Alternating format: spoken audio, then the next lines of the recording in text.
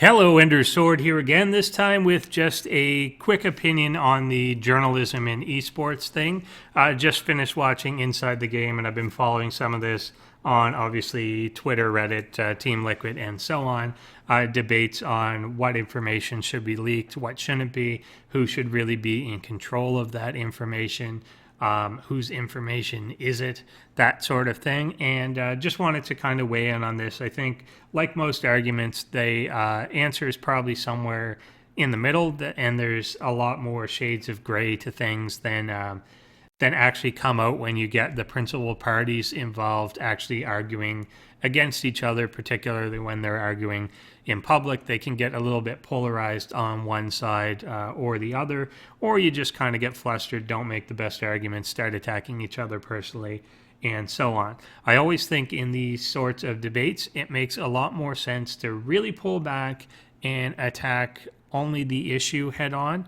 And attack's not even the right word. Try and look at both sides of the issues, the pros and cons to it, and try and remove the actual personalities, teams, players, things like that from the equation.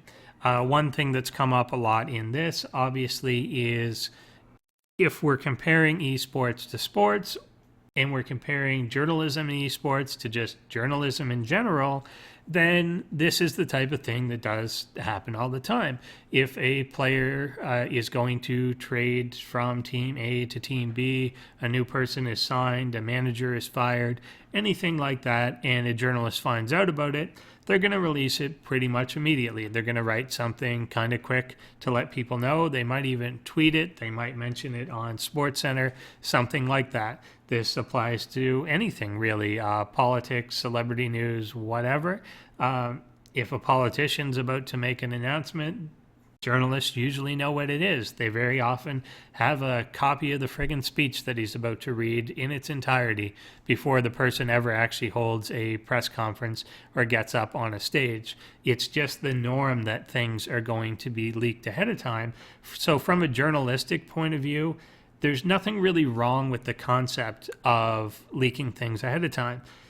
Information may be something that a team did or a player did, but it doesn't mean that it's the team's information. It doesn't mean it's the player's information. Information is just information. It's just that. It's just something that happened or is going to happen. You can acquire that information from the team player themselves or a number of other sources that are aware of it, and that's very often just run-of-the-mill journalism. That's kind of what happens. So I think from a journalistic point of view, really everyone should get on board with the idea that this is not wrong, it's not lazy to do, it's just kind of the standard practice of things. Very often, while the paragraph of text could be short and quick, sure, that might strike people as, oh, that's lazy, you should have hyped it up more or something. You don't know what effort went into building those sources, finding out that information, researching it, trying to verify it was true. Very often that's kind of where a lot of the work is done, and you don't really see that as the public, but it's the standard run-of-the-mill thing to do. So just attacking the actual article itself doesn't really make a good point, and also it doesn't address the point. Examine if we negated that. What if instead of writing 3 paragraphs about something, it was an 8-page long article with tons of pictures and an interview with the player and a video complimenting it and everything? Well, they still broke the news ahead of the team, so it doesn't actually counter the argument at all. So just saying that it's lazy to do that sort of thing literally doesn't mean anything. The person could have put the same amount of production in that the team was going to do. What's really at issue here is the team being upset that they didn't get to break the news, regardless of how it was actually done. And I think we have to recognize that that's the case. So the fact that it was lazy or blah, blah, blah doesn't really enter into it at all. Again, the fact that someone's motivations may be for popularity or money or something like that still doesn't address the point that someone broke it before the team broke it. So if someone's motivations are money, someone's motivations are fame, or someone really has no motivations like that whatsoever, it doesn't change the argument. It doesn't change whether or not it is the right thing to do or the wrong thing to do for that industry or that situation. So you should remove that from the argument again as well. And whatever a person has acted like in the past, or whether or not people like them or don't like them or whatever, is just totally irrelevant. These are kind of all obvious ad hominem type attacks that get launched out in this type of thing.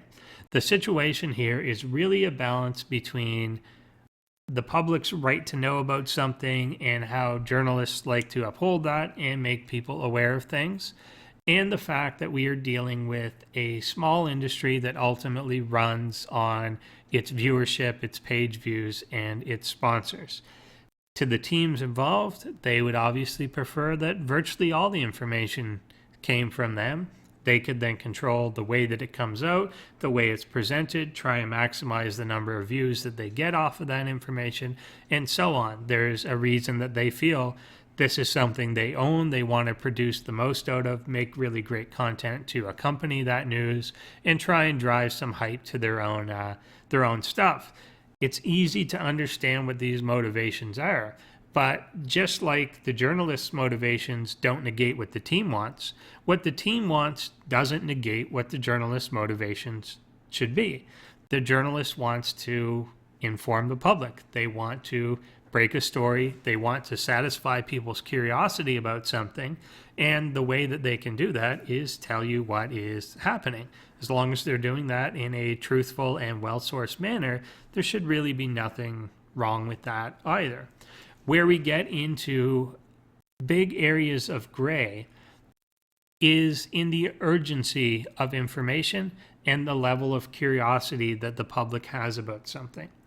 In the event that a team signs a player and they are going to announce that in very short order, whether it's hours or maybe a day, maybe 2 days, and they're just getting some production ready, they're just getting a story ready, putting some graphics work together, obviously that's going to take longer than it would take for a journalist to just go out and break that story a day early.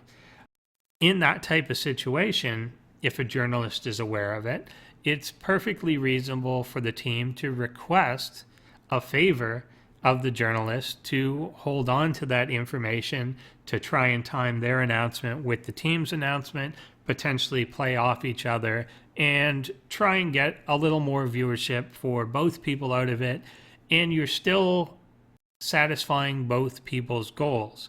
The team kind of gets their views, their hype, whatever they've built out of it, and the journalist really hasn't impaired the public's ability to know something, particularly if it's not something with a lot of rampant speculation about it, if it's not something people were anticipating, if it's not something they were asking questions about, and all of a sudden, hey, it's going to be released in like 17 hours from now anyway.